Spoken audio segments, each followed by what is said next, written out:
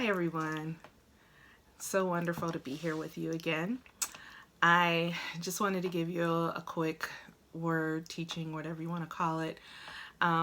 Last week after Thanksgiving, I I went to a new church, a new gathering that I had never been to before, and just seeking the Lord. I've been dealing with a lot of illness, unfortunately, but God is always good. And so, in the midst of that happening, I haven't been able to make it to my home church like I would like to. Most Sunday church services are in the morning, and sometimes if you're a mega church, then you have an evening service for those who can't make morning services. But my church does morning services, no evening services. So I went to a different church that does an evening service, because I was able to finally get up after dealing with illness, and get myself together to get out, because I was just determined that I was going to go somewhere. I wanted to be in the fellowship of other believers and just worship the Lord. So during our worship time and just seeking God and just soaking in His presence, the Lord began to speak to me, and which He does. I'm more of I say I'm more of a hearer than a seer. So I have wonderful times when the Lord will just download things to me. So in the midst of worship, the Lord began to just download to me His heart for me, which is a wonderful thing, because I don't know about you, but sometimes I get a little paranoid, I guess. Maybe that's not the right word. Insecure is probably a better word, about His love for me, in which we should never have to be insecure, because He did the ultimate. He gave His Son for us, and He loves us enough. John 3:16, He loved the world so much that He gave His one and only Son. So, but still, from childhood hurts and whatever in life that we go through, sometimes it's just hard to love Him as Abba, as Daddy, God. So He began to speak to me, and he just began to just download all these things about, how much He loved me and how proud He was of me, of how I have been obedient to Him, even though I didn't think I was being obedient, but that I was, and that I'm listening to Him, and I'm following His direction and the leading of the Holy Spirit. And so in the midst of this, He began to prophesy to me. And it was just really interesting. He's like, daughter, I'm doing a new thing. I'm doing a new thing in you and a new thing through you. And I'm just sitting here and I'm weeping, like, oh Lord, thank you. Thank you. And He said, and it's so funny how the Lord, even as He's prophesying, He's preparing you for things. And, and He said, but I need you to let go completely of the past. He's like, I'm doing a new thing. It won't look like anything that you've seen me do before, but I need you to let go of the past completely. You have to let it go. And I was like, okay, Lord, I will. I'll let go of the past. And so not even an idea of what that looked like, but just giving Him my yes. So some of you may know who know me personally. I have a kitty. Well, I had a kitty, who the Lord, when they say cats have 9 lives, I think Simba had at least 9. He probably had more than that. Simba was my cat's name. You can tell I'm a Disney. I like the Disney movies. So Simba was 19 years old, or there, so maybe a little more or less. But I definitely had him for 18 and a half years, and he was a kitten when I got him. So but he wasn't like just born kitten. So he was probably 19 or close to 19. And we had been through struggle after struggle. Sorry, I had lost Other pets, 2017, I lost my dog Maverick, big boy, 100 pounds. He was half boxer, half King Corso, just a lover, just loved everyone. And, really he was part of my ministry. I was able to minister to many in the neighborhood because of him, because he just loved everyone. And so that was 2017. He died from a bad reaction to medication, which threw him into liver failure. So that was very tragic, but the Lord blessed me. He honored my request for me to be there with him and for, to allow him to die peacefully at home, which he did. And I was able to sing over him, "It Is Well With My Soul." We fast forward to 2018, just about a year after losing Maverick. Then I lose my girl Kitty. She was about 18 years old in 2018, and her name was Nala. And it was her time. She was, got to the point where she just wasn't eating a lot. Doctors really the vets couldn't figure out what was going on.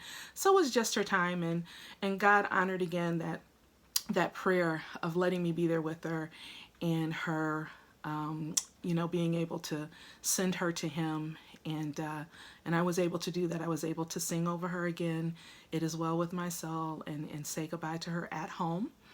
And so then here we go, fast forward to 2019. Well, in 2018, after I lost Nala, Simba got sick. He got really sick. He had this tumor called sarcoma. It's not cancerous, but it still does a lot of damage. And it was in his whole sinus cavities and face and his eye.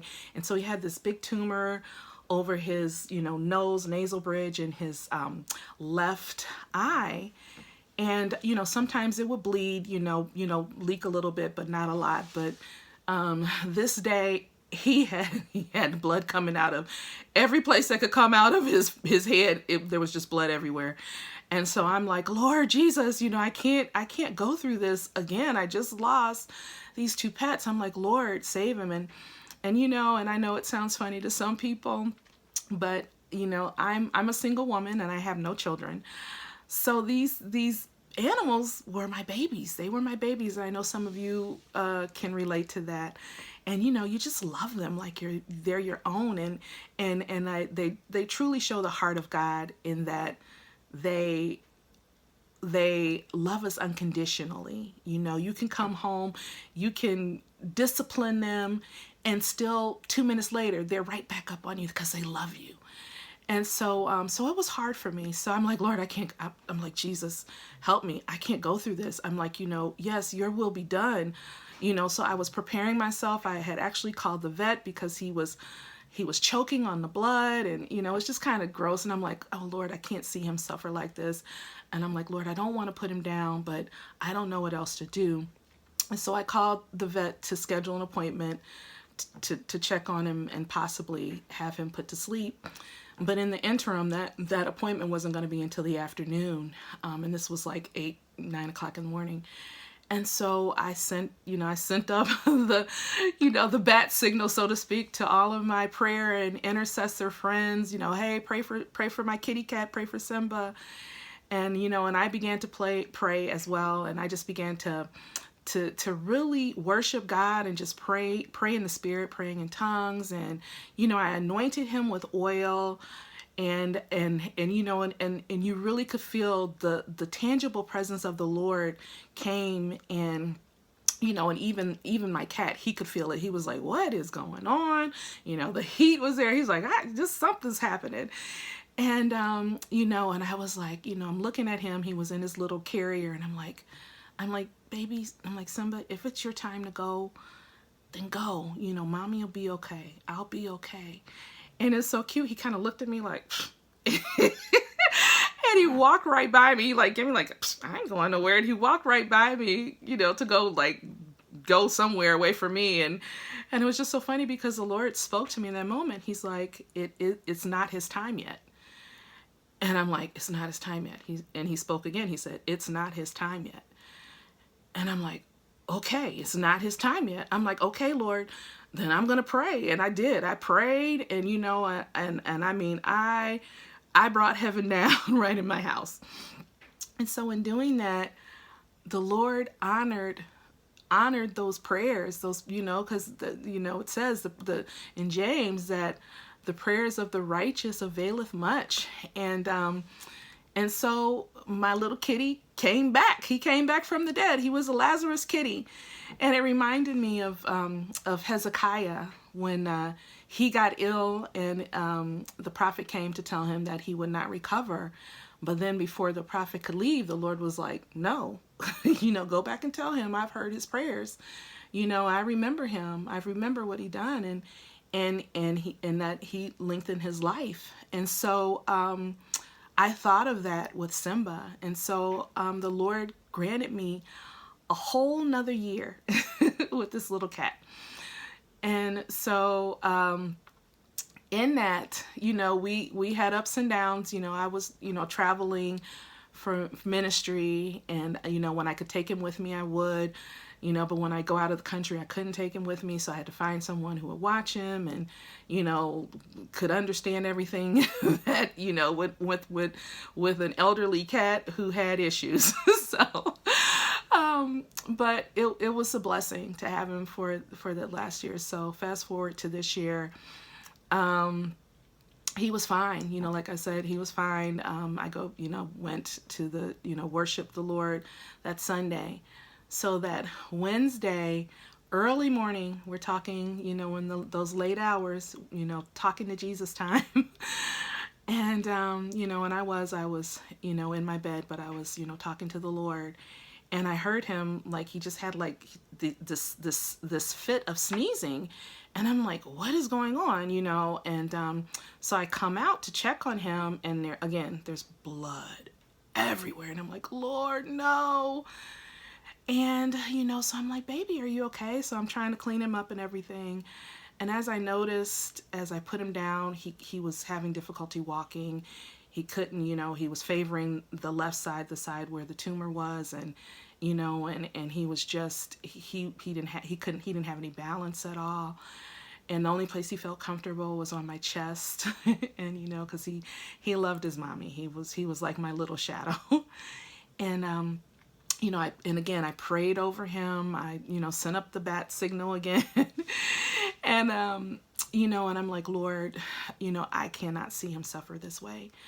So, to make this long story short, I ended up having to take him to the vet. And when I saw a beautiful vet who is a sister in Christ as well, and when she examined him, she said he had a lot of pressure on his brain, so it looked like he probably had a brain bleed from the tumor, and because he was suffering so much that it was, the humane thing to do to put him down. So I prayed about it, and I was like, Lord, I don't want to do this, but I know,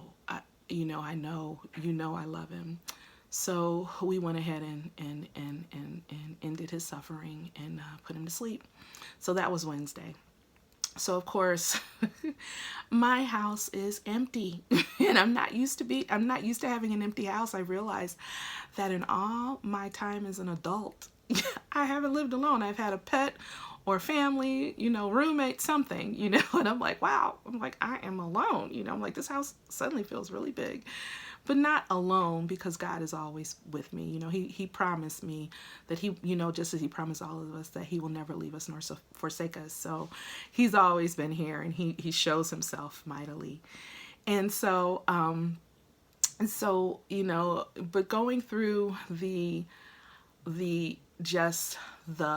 grief of losing even just a pet, but he was my family here.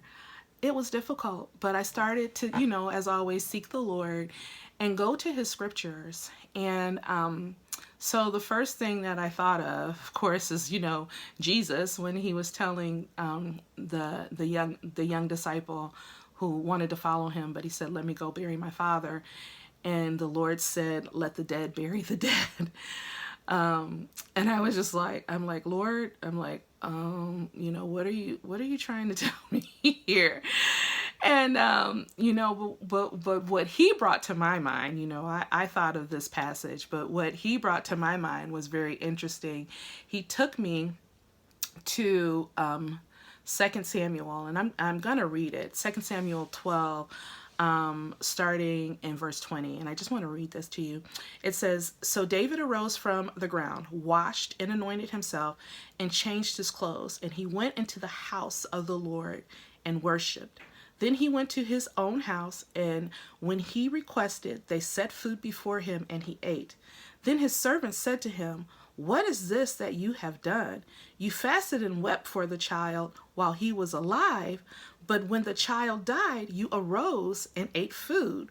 And he said, 'While the child was alive, I fasted and wept, for I said, who can tell whether the Lord will be gracious to me that the child may live?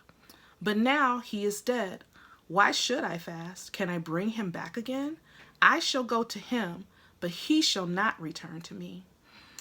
So that's 2 Samuel, like I said, and that's verses, that's 12, 20 down to 23. And so I meditated on that, even with this little one. And I want to encourage people because, especially this time of year, it being, a joyous time.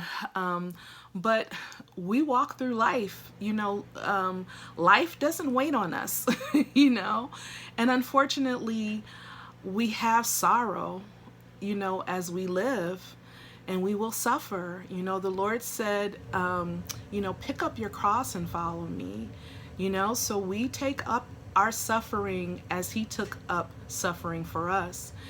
And I just began to kind of meditate on that, and I thought about it. I'm like, Lord, how faithful and good you are, because even though this was an animal, but you love all of your creation. You love every little single detail, or you wouldn't have created it.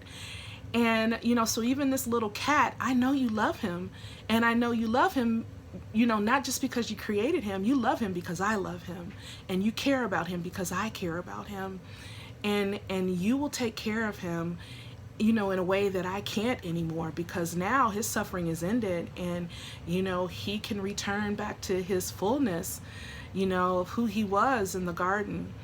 And so as I thought about that, I thought about what David said. It's like, while he was alive, I mourned. I mourned for him because I worried about him. I wanted him to be healthy. I didn't want him to suffer. I wanted to take on that suffering for him, even though I couldn't, so I was mourning. I fasted, and I took time out and would stay home and not go to places and venues where I was invited because of my little kitty cat. And and now he's gone, I can rejoice. I still grieve. I miss him, of course, but he's in such he's in glory. He's living it up, and I know some people don't believe that, but I just believe that when God creates a being, he breathes his breath in them.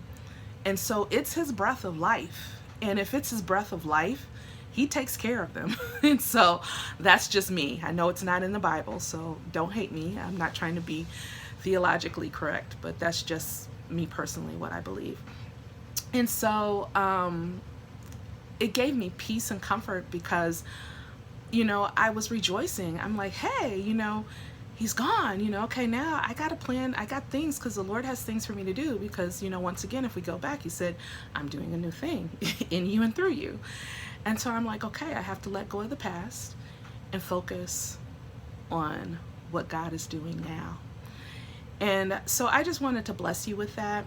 And it took me, after reading that, it took me to Psalm 35. And I'm sure, a lot of people quote this, even, people who aren't believers, they still quote this, and it's the second part of Psalm 30, verse 5. And it says, weeping may endure for a night, but joy comes in the morning.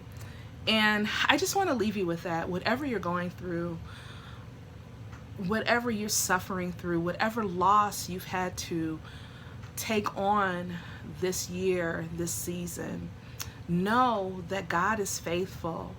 And the verse before that says, for his anger is but for a moment, his favor is for life. That's the beginning of verse 5. So God is with us. He loves us. And he wants what's best for us. If he didn't, he wouldn't have never sent his son. Just think about it. And this is that season. This is the Christmas season where we remember the real reason for the season. And so just let him love on you. Let him sing over you. And just let him bless you. And it just reminds me of that song, Good, Good Father. You're a good, good father. It's who you are. It's who you are.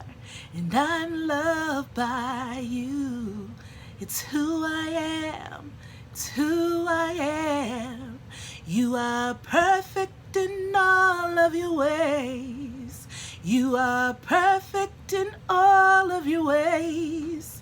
You are perfect in all of your ways to us. He is perfect in all of his ways to us. He's a good, good father. And just remember that in his presence is fullness of joy. And at his right hand are pleasures forevermore. You guys have a wonderful rest of your week. Love you lots. God bless. Bye-bye.